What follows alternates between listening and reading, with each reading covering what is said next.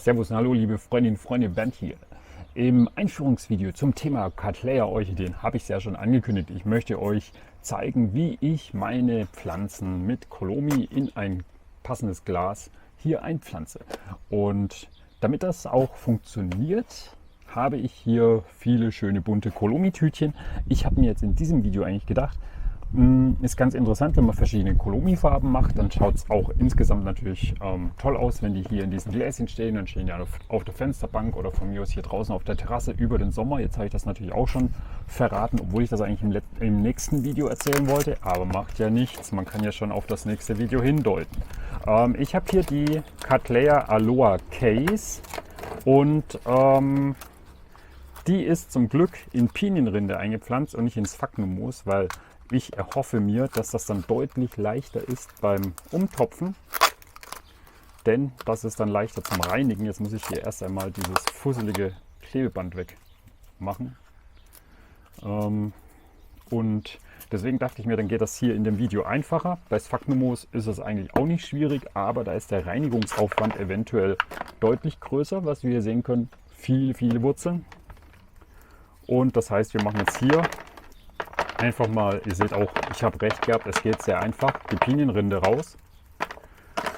In diesem Fall kann man natürlich gleich kontrollieren, ob die Wurzeln gut sind. Das stellt man eigentlich fest, indem man die ein bisschen so antastet und dann kriegt man heraus, ob die wirklich weich sind, ob die schon hohl sind, ob die verfault sind. Und ich habe ja im letzten Video auch schon gesagt, dass es jetzt, wo die nächsten Neutriebe anstehen oder schon vorhanden sind, dass man die Pflanzen dementsprechend ganz einfach einpflanzen kann, weil mit jedem Neutrieb erscheinen dementsprechend auch gleich die neuen Wurzeln. Jetzt sagen bestimmt schon wieder manche, oh, das ist ja brutal, was der macht, so macht man das auch nicht. Die Wurzeln hier, die sind sowieso so gut wie alle durch. Man schaut einfach wirklich, dass man die kaputtesten Wurzeln entfernt, weil das bringt nämlich nichts, wenn man die jetzt in ein neues Substrat setzt und die sich dann direkt zersetzen und dafür sorgen, dass da Fäulnis entstehen kann, hat man nämlich hinterher mehr Probleme, als es einem recht ist. Ich hoffe jetzt, dass das Gefäß, was ich mir hier jetzt ausgewählt habe, passt, aber für den Anfang ist es eigentlich schon, denke ich mal, in Ordnung.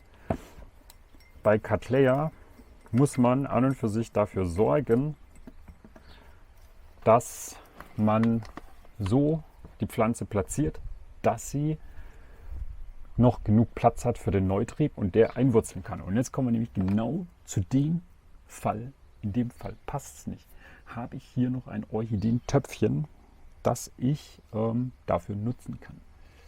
Nein, sehr geschickt, aber ich kann ja eins organisieren. Deswegen mache ich das jetzt. Ich habe hier noch ein Glas, das wollte ich eigentlich schon für eine andere Orchidee nutzen. Aber ich denke mal, im Verhältnis ist das schon deutlich größer. Und jetzt kann ich das noch mal besser erzählen. Also, es ist immer gut bei so sympodial wachsenden Orchideen, wo jetzt hier der Neutrieb rauskommt, dass dieser Platz genug hat, richtig Wurzeln zu machen. Wichtig ist, ihr wisst aus den letzten Colomi-Videos und falls ihr es nicht wisst, müsst ihr die halt nochmal anschauen. Ansonsten erzähle ich es euch jetzt gleich nochmal. Und in dem Fall ist sogar cool, eigentlich müsste in jeder Ecke eine Cattleya drin stecken, aber es ist bloß eine pro Gefäß. Wichtig ist bei Colomi, dass die Wurzeln bis zum Boden reichen. Ja? Wenn ihr jetzt seht, da ist noch ein bisschen Schmodder und Zeug, was weg kann, dann nehmt ihr einfach eine scharfe Schere. Das ist immer gut. Schere desinfizieren, ja, kann man machen, wenn man die Pflanze wechselt und es nicht schon vorher desinfiziert hat. Manche kommen ja und, ich habe nicht gesehen, dass du die desinfiziert hast. Mein Gott. Ich habe es im letzten Video schon gesagt, wenn ihr hier an den Wurzeln rumschneidet, dann ist die Schere sowieso sofort mit irgendwelchen Keimen verseucht. Und es kann natürlich passieren, dass ihr an ein und derselben Pflanze an einer Wurzel schneidet, die natürlich abgestorben ist. Da macht der Wurzel nichts aus, wenn da jetzt ein Keim hinkommt. Und dann geht ihr an der gleichen Pflanze an eine gesunde Wurzel und überträgt den Keim. Also permanent desinfizieren Das macht überhaupt gar keinen Sinn. So, wenn man die Pflanze jetzt hier einpflanzt, dann hält man die am besten hier an eine der Ecken. Oder wenn es rund ist, hat es keine Ecken, aber dann macht man es direkt an den Rand hin. Und dann füllt man das einfach so mit Kolomi auf, dass man darauf achtet, dass eben die Wurzeln, die am Boden sind, mit Kolomi natürlich bedeckt sind. Und jetzt diese Cattleya macht rosa Blüten. Jetzt habe ich mir überlegt, welche Farbe passt gut zu rosa oder pink oder solche Sachen, so violett. Da wäre doch schwarz eigentlich eine ganz tolle Sache. Jetzt muss ich nur gucken, habe ich noch irgendwelche anderen Farben. Im Prinzip könnte man auch Flieder nehmen. Aber ich denke, ich entscheide mich für Braun. Damit habt ihr jetzt nicht gerechnet. Aber ich nehme jetzt hier das braune Substrat,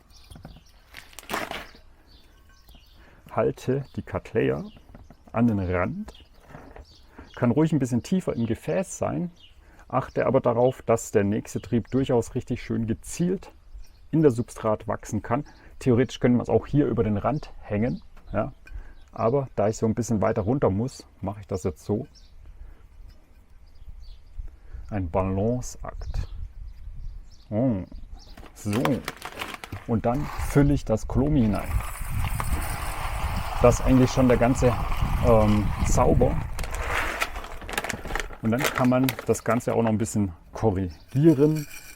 Geschüttelt. Ah, da schreit die Elster im Hintergrund. Geschüttelt, nicht gerührt, ganz wichtig. Wenn man hier rumrührt, dann gehen die Wurzeln kaputt. Braucht man bei Kolomi nicht. Im Prinzip muss man das nur hineingießen. Dafür natürlich sorgen, dass jede Wurzel hier ihren Weg in den Topf findet. Das wollte ich nicht. So. Und dann war es das schon.